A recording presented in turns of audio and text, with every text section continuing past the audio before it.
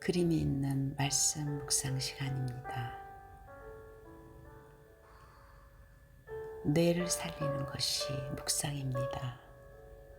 그래서 묵상하기 전에 먼저 고요한 상태로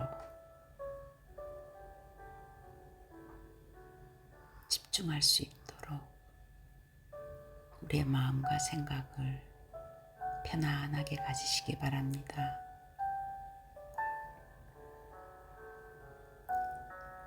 날숨과 들숨을 반복하시면서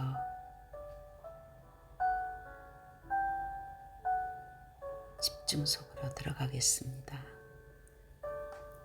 날숨을 하실 때는 속에 있는 모든 가스를 코나 입으로 천천히 배를 등 쪽으로 미시면서 내뱉습니다. 그리고 들숨을 하실 때는 코로 아랫배를 부풀게 하시면서 천천히 편안하게 숨을 들이킬 때 횡격막이 내려가서 편안한 숨을 쉬게 됩니다.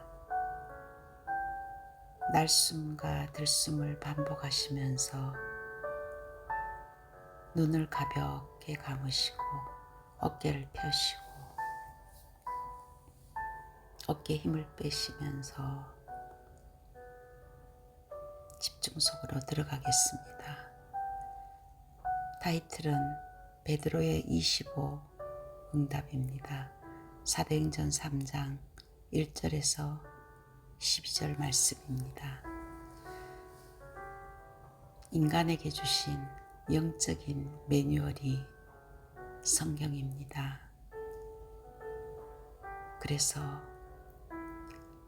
말씀 묵상은 내 중심으로 믿는 것이 말씀 중심으로 믿을 수 있도록 우리의 영혼 속에 말씀이 깊이 각인될 수 있도록 집중하는 시간입니다.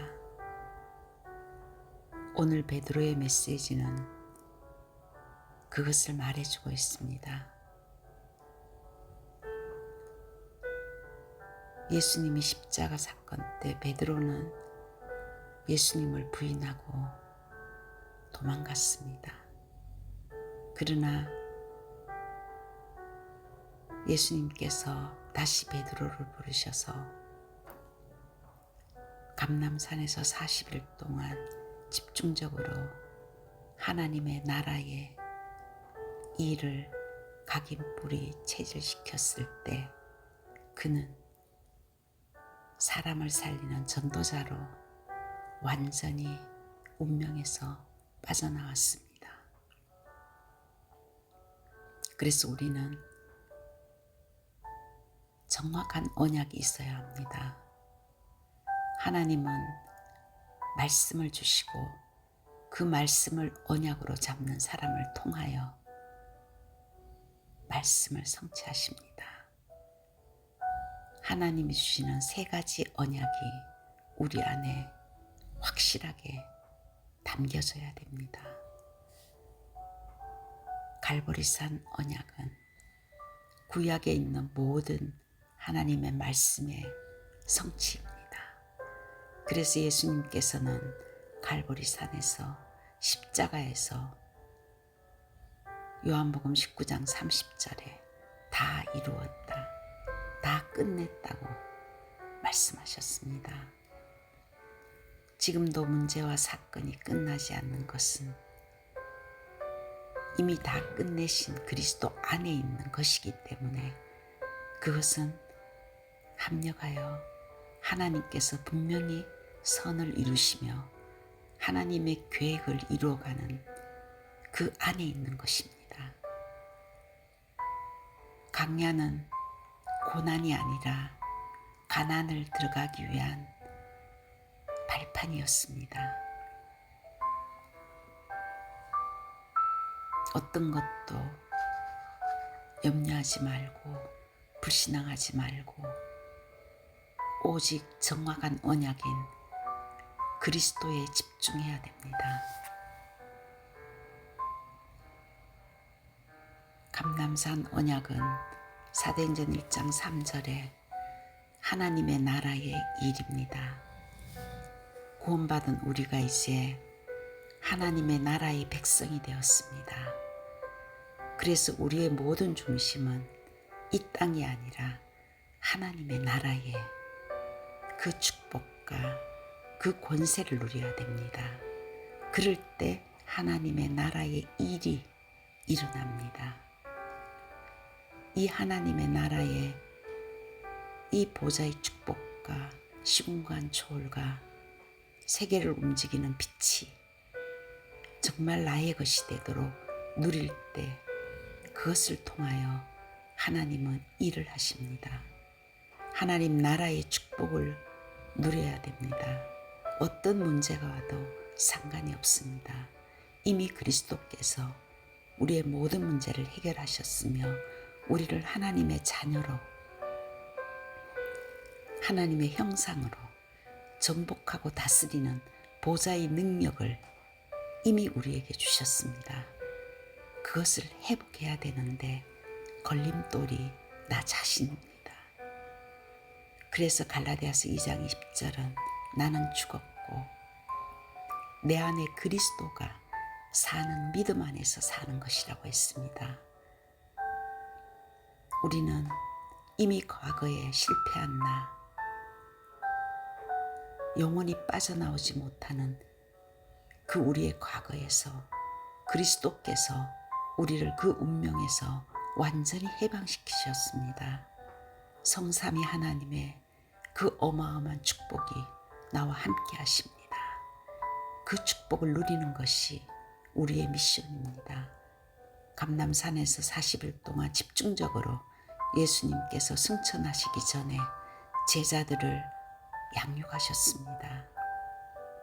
그 언약 붙들고 마가다락방에 사도행전 1장 8절의 언약을 주셨습니다.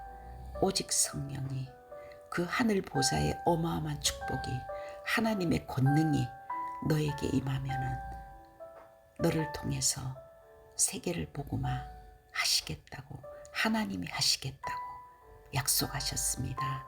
그 언약 붙들고 마가다락방에 백이신 문도가 내려와서 오로지 기도한 그 언약, 그 보좌의 능력을 누리는 그 증인들, 그래서 아무것도 염려하지 말고 강하고 담대하라고 했습니다. 여호수아서 1장 9절에 가나안을 앞에 두고 하나님께서는 여호수아에게 강하고 담대하라, 내가 너와 함께함이라고. 그 전능하신 하나님이 우리와 함께 하신다. 그 언약을 가지고 마가다락방에 모인 그 제자들이 세계를 복음화했습니다. 그래서 우리는 하나님의 응답의 과정 속에 있는 그 시간을 속지 말아야 됩니다. 요셉의 어려움이 실패가 아니었습니다. 지금 무응답이라고 해서 그것이 실패라고 생각하면은 우리는 그 부분만 보고 전체를 보지 못하기 때문에 사단에게 속을 수밖에 없습니다. 빌립보서 1장 6절에 하나님은 그리스도의 날까지 우리를 이루어 가신다고 하셨습니다. 하나님의 절대 시간표 안에 있다는 확신을 가져야 됩니다. 그 과정은 이 땅에 오직 복음 가진 사람 남은 자들의 삶은 순례자의 여정입니다. 모든 것을 초월할 수 있는 힘을 가져야 됩니다. 그럴 때 흑암이 꺾어지고 하나님의 나라가 임하게 됩니다. 그 모든 것들이 말씀이 성취될 때 살아나게 되어 있습니다. 정확한 언약을 잡고 정말 마가다락방에 기도의 망대를 세울 때 하나님께서 정확하게 바람 같은 불같은 성령의 역사를 그곳에 보내주신 것처럼 지금도 시공을 초월하는 하나님의 역사가 그대로 우리의 가정과 현장과 후대에게 임할 줄을 믿습니다. 오늘 본문 말씀을 통해서 인간의 문제는 세상 방법으로는 절대 불가능하다고 우리에게 말씀하십니다. 나면서 안진뱅이 된 자, 40년 동안 못 걷게 된 그 사람의 근본 문제는 우리들의 모습입니다. 어떤 사람도 의인은 없으며 모든 사람은 죄인입니다. 영적으로 전혀 걷지 못하던 우리들, 사단에게 요한복음 8장 4절에 완전히 장악된 그 상태, 창세기 3장 1절에서 6절에 하나님을 떠나서 지옥 권세 아래 있던 우리들의 모습들, 나면서 안진뱅이 된 자, 절대로 그는 근본 문제를 해결받을 수 없습니다. 인간적인 방법으로 그를 성전 문 앞에 그가 살아먹기 위해서 봉사와 헌신으로 하는 사람도 있었지만은 근본적인 운명에서 그를 해방시키지는 못했습니다. 물질로 도울 수 있고 종교 생활로 유지할 수는 있지만은 근본적인 하나님을 떠나 있는 그 죄와 저주와 사단에게 잡혀 있는 그 영적인 문제는 해결할 수가 없습니다. 그래서 베드로는 사도행전 4장 12절에 다른 이로서는 구원받을 수 있는 이름을 우리에게 절대 주지 않았다고, 오직 그리스도 예수만이 우리의 구원자라는 것, 인생의 답이라는 것을 담대히 증거했습니다. 하나님께서 우리에게 절대 불가능한 그곳에 하나님의 방법인 절대 가능한 그리스도를 주셨습니다. 그것이 나에게 답이 되어야 됩니다.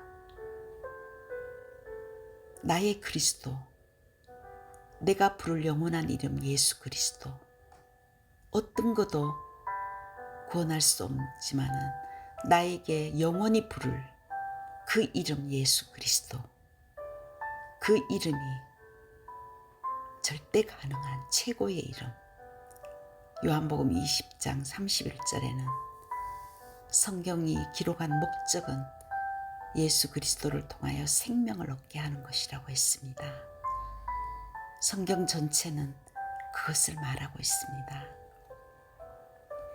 창세기 3장 15절에 창세기 3장에 하나님을 떠나 죄 가운데 사단에게 장악되어 있는 그 영적 상태, 완전히 저주 속에 빠져있는 그 상태 속에 하나님께서는 창세기 3장 15절에 답을 주셨습니다. 여인의 후손으로 뱀의 머리를 칠 것이라고. 그 여인의 후손이 이사야서 7장 14절에 처녀가 잉타하여 아들을 낳으리니 그 이름을 임마누엘이라고. 마태복음 1장 18절에서 23절은 그 예수 그리스도의 이름 임마누엘이 하나님이 우리와 함께 하시겠다고 약속하신 그 그리스도가 마태복음 16장 16절에 주는 그리스도시요 살아계신 하나님의 아들이십니다. 그것을 고백했습니다. 단순한 그리스도가 아니라 말씀의 성취가 되시고 인간 모든 문제를 해결하신 메시아가 되시며 그분이 말씀으로 지금 이 시간에 성육신하신 그 그리스도가 나의 인생의 답이라고 고백한 그 믿음의 고백이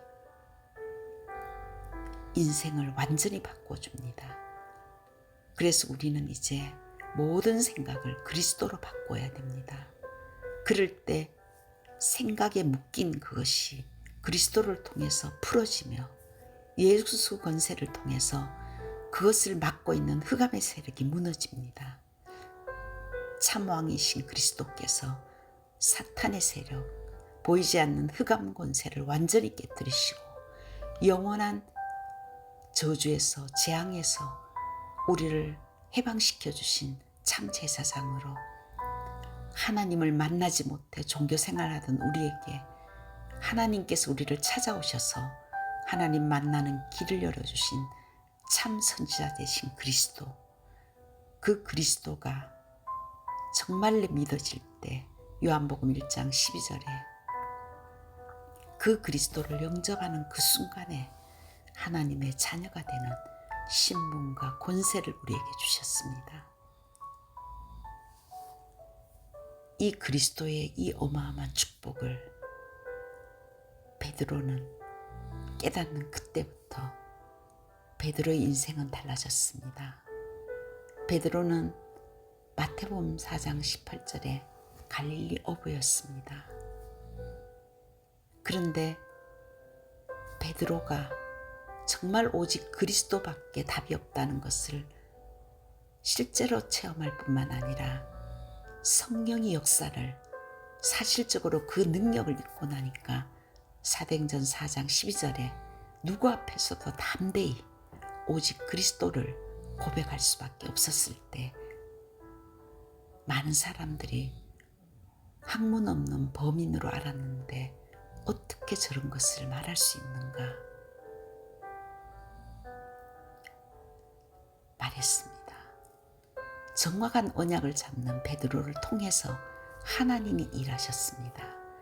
그는 마태복음 16장 16절에 주는 그리스도라고 고백했으며 감람산에서 정말 하나님의 나라의 일에 40일 동안 집중적으로 그리스도를 통해서 완전히 영적인 눈이 열고 또한 세계복음화의 미션을 잡고 성령의 권능을 입었을 때 사도행전 1장 1절 예수는 그리스도며 사도행전 1장 3절에 하나님의 나라의 그 축복과 사도행전 1장 8절에 오직 성령, 이 보좌의 능력, 이 하늘의 어마어마한 축복이 나에게 임할 때 나를 통해서 하나님께서 세계복음화 증인으로 세운다는 그리스도와 세계복음화의 언약이 확실했습니다. 그 언약 잡고 베드로전서 2장 9절에는 택하신 족속의 왕같은 제사장이라고 했으며 그의 기이한 빛을 선전하는 복음 전하는 전도자라는 것을 고백했습니다. 그 언약 잡고 사도행전 1장 14절에 마가다라 방에 진짜 그리스도께 집중하는 기도의 망대를 세운 초대교회 정말 그 성령의 역사를 그는 체험했습니다. 그리고 그에게는 사도행전 3장 1절에 보면은 제9시 기도 시간을 가진 베드로, 기도의 영적 시스템 안에서 그의 삶이 중심이 기도였습니다. 그 기도의 망대 24를 세운 베드로를 통해서 하나님이 일을 하신 것입니다. 하나님의 일이 일어나는 나의 기도의 24 망대가 있어야 됩니다. 그럴 때 25의 역사가 일어납니다. 내가 하는 것이 아닌 거죠. 하나님의 나라의 일은 우리 인간이 가지고 있는 그 노력이나 열심이 아닙니다. 성령의 임재하심과 성령의 능력과 성령의 역사를 실제로 믿었기 때문에 사도행전 3장 6절에서 9절 보면은 그는 은과 금은 내게 없거니와 내게 있는 이것을 너희에게 주노니 나사렛 예수 이름으로 걸으라고 했습니다. 안진뱅이에게 여호와의 영이 그리스도의 영이 성령의 역사가 이미 나에게 임재인 것을 그는 알았습니다. 그렇기 때문에 성령께서 그를 통해서 말하게 하신 것입니다. 베드로가 한 것이 아니라 베드로와 함께하는 성령께서 그의 입술을 사용하신 것입니다.